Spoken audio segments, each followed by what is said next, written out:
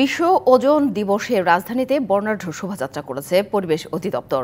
করব ওজোন স্তর সংরক্ষণ, রুখব জলবায়ু পরিবর্তন, এই স্লোগানে সকালে শাহবাগ জাতীয় জাদুঘরের সামনে থেকে শোভাযাত্রাটি বের করা হয়।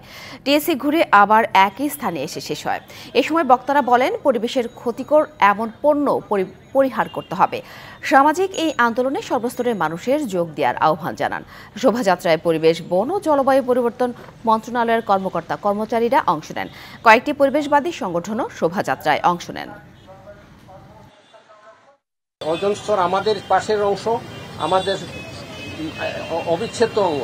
আমরা সেই জায়গাতে কোনোভাবে আলাদাভাবে না দেখি, এটাকে যদি রক্ষা না করি, আমরা মানুষ হিসাবে আমরা পৃথিবীতে একসময় নিশ্চিহ্ন হয়ে যাব। ওজোন স্তর সংরক্ষণ করে জলবায়ু পরিবর্তন রোধ করা, ওজোন ক্ষয়কারী বস্তু যাতে কম ব্যবহার করে এই চিলিং বা কুলিং অ্যাপারেটাসগুলি তৈরি করা যায়, এটাই হচ্ছে কথা। এদের বিকল্প খোঁজা হচ্ছে।